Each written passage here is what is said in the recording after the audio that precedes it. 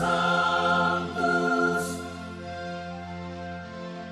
Sanctus,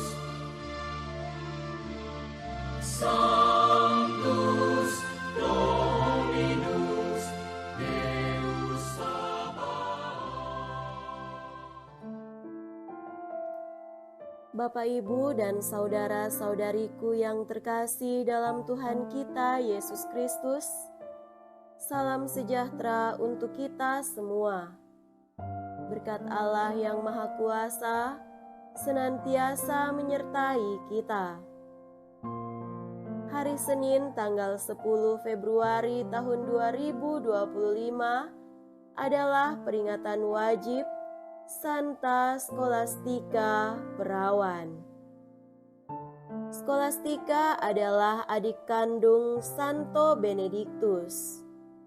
Sejak muda, Scholastica bercita-cita menjadi seorang biarawati agar lebih total menyerahkan diri kepada Allah dalam doa dan tapa.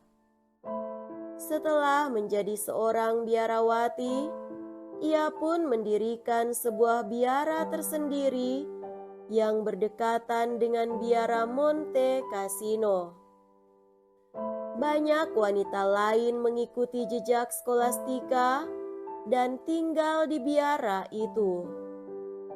Scholastica dan kakaknya Benedictus saling mengunjungi dan meneguhkan. Scholastica mengunjungi Benedictus kakaknya untuk mendapatkan bimbingan rohani, baik demi kemajuan hidup rohaninya sendiri maupun kemajuan hidup rohani suster-susternya. Menjelang ajalnya, Scholastica membujuk Benedictus agar menemaninya sambil menceritakan kehidupan orang-orang kudus yang sudah meninggal. Tidak lama kemudian, Scholastica meninggal dunia di hadapan kakaknya sendiri. Jenazahnya dikuburkan di Monte Cassino dalam kubur yang telah disiapkan untuk Benedictus. Ia meninggal pada tahun 543.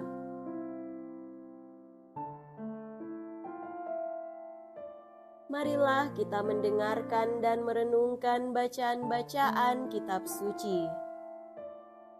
Dalam nama Bapa dan Putra dan Roh Kudus. Amin.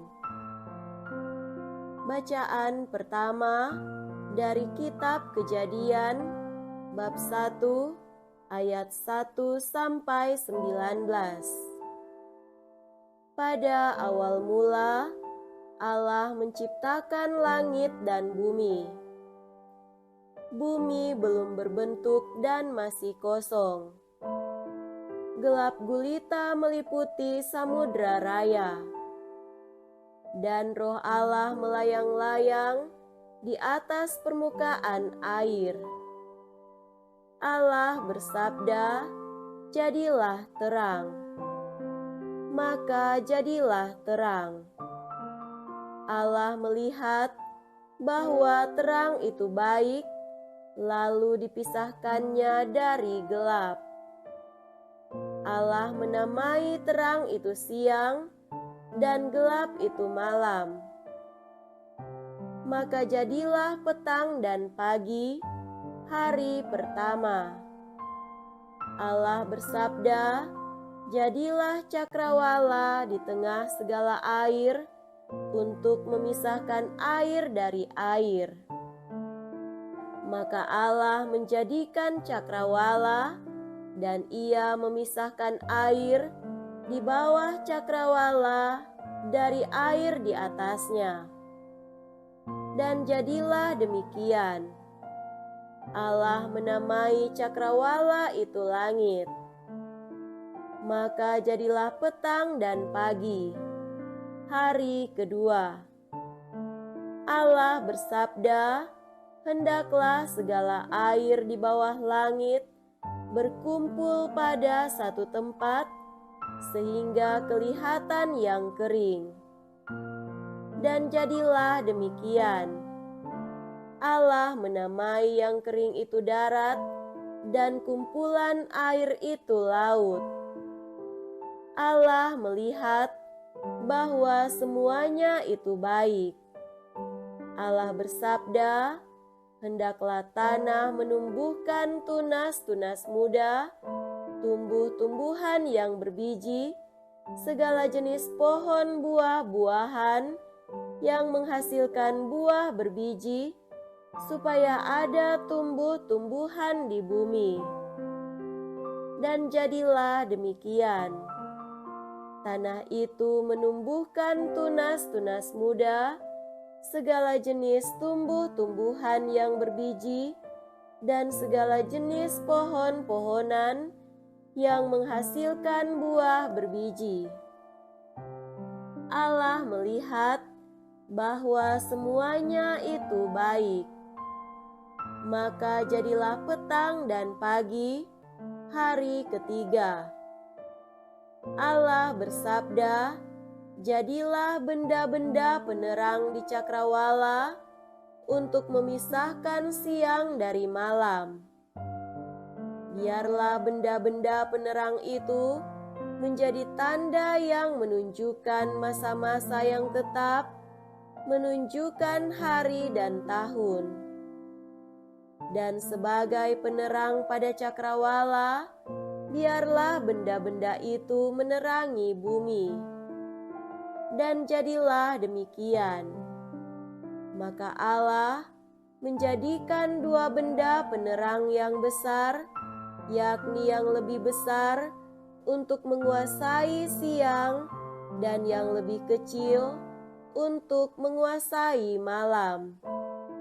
Dan Allah menjadikan juga bintang-bintang.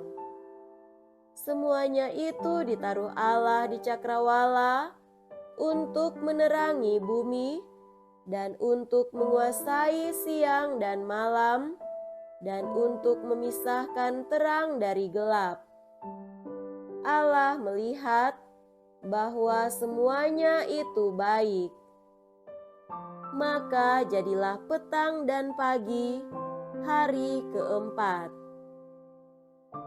Demikianlah sabda Tuhan. Syukur kepada Allah.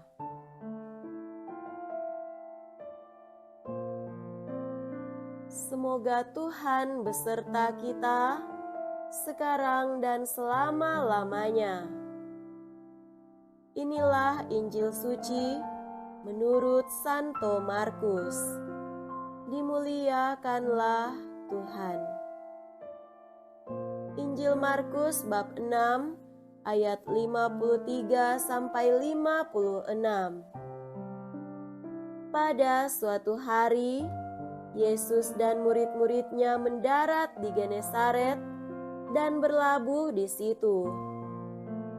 Ketika mereka keluar dari perahu, orang segera mengenal Yesus. Maka berlari-larilah mereka ke seluruh daerah itu dan mulai mengusung orang-orang sakit di atas tilamnya kepada Yesus, di mana saja kabarnya ia berada.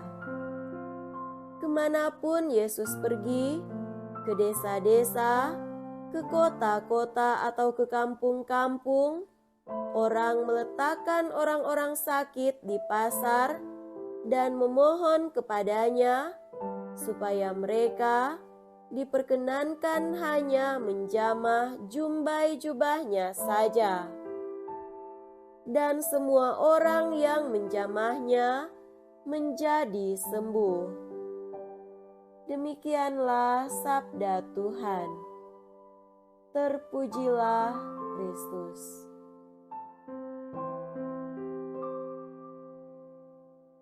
Saudara-saudariku yang terkasih dalam Tuhan kita Yesus Kristus, tema renungan kita pada hari ini adalah membawa keselarasan.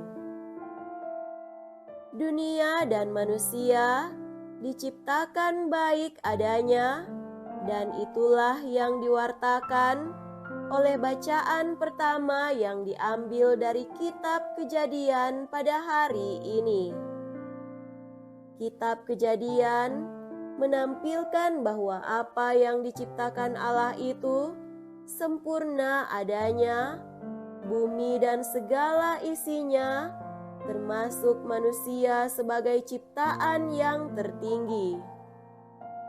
Maka jika ada ketidakstabilan atau ketidakselarasan, maka hal itu bertentangan dengan ciptaan Allah.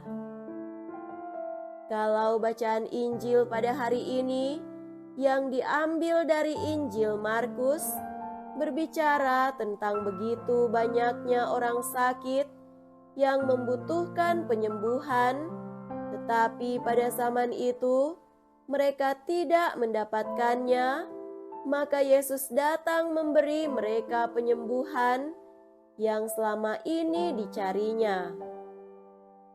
Dalam arti itu, Yesus mengembalikan tata ciptaan manusia dari sakit kepada sehat, dari ketidakteraturan kepada keteraturan, dari ketidaksempurnaan kepada kesempurnaan. Yesus datang memulihkan kita manusia agar kita manusia dipulihkan. Tidak hanya fisik dan raga kita yang sakit dipulihkan kepada raga kita yang sehat, tetapi juga hati kita yang sakit dikembalikan kepada hati yang sehat, yakni hati yang beriman kepada Allah, yang sadar akan Allah penciptanya, dan yang percaya kepadanya, serta bersatu dengannya, dan melakukan kehendaknya. Kita manusia hendaknya berusaha sedapat mungkin agar hidup kita selaras dengan kehendak Allah dan ciptaan ini. Kita harus menghindari berbagai macam godaan yang menjerumuskan kita kepada keadaan sakit fisik maupun batin. Pelaksanaan firman Allah membuat kita dipulihkan sebagaimana Yesus memulihkan orang-orang sakit kepada kesembuhan. Kita hendaknya mencontoh apa yang dilakukan oleh Rasul Paulus yang sungguh membaktikan diri kepada Allah dan membawa banyak bangsa dari ketidakteraturan kepada keteraturan, dari ketidakpercayaan kepada kepercayaan, sehingga Paulus berkata, "Bukan lagi aku sendiri yang hidup, melainkan Kristus yang hidup di dalam aku." Kita pada hari ini untuk menjadi saksi akan keselarasan hubungan manusia satu dengan yang lain, serta hubungan manusia dengan Allah. Tidak hanya itu, kita juga dipanggil untuk mewartakan keselarasan itu atau keselamatan itu kepada segala bangsa, secara khusus mereka yang ada di sekitar kita. Saudara-saudari terkasih, Yesus mengutus kita dengan berkata, "Pergilah, jadikanlah semua bangsa muridku, dan baptislah mereka dalam nama Bapa dan Anak dan Roh Kudus, dan ajarlah mereka melakukan segala sesuatu yang telah kuperintahkan kepadamu." Semoga demikian. Amin. Dalam nama Bapa dan Putra dan Roh Kudus. Amin.